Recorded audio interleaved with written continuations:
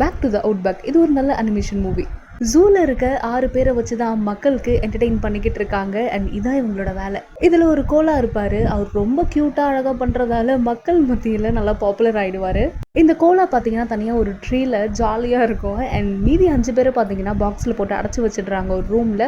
So இவங்க எல்லாரும் என்ன பேசிக்கிறாங்க, இந்த சிட்டியை விட்டு தாண்டி தூரமாக போனோம் அப்படின்னா back to the outback, நம்ம அங்கே போய் ரீச் ஆகிடலாம், நம்மளுக்கான இடம், நம்மளுக்கான ஃபேமிலிஸ்லாம் இருக்கும் அப்படின்னு இந்த crocodile சொல்லிக்கிட்டு இருக்கு.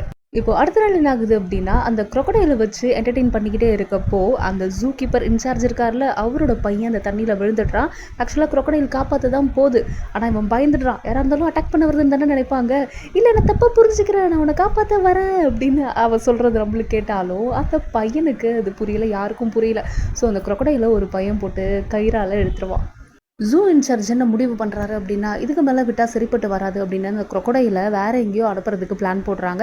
இந்த 4 பேரும் பேசிக்கிறாங்க, என்ன இன்னும் காணோம், என்ன நடக்க போகுதுன்னு தெரியலையே அப்படின்லாம் பயப்பட, இருங்க நான் போய் பார்த்துட்டு வரேன் அப்படின்னு சீக்கிரட்டாக பார்த்தா அந்த crocodile அங்கேருந்து அனுப்பிடுறாங்க.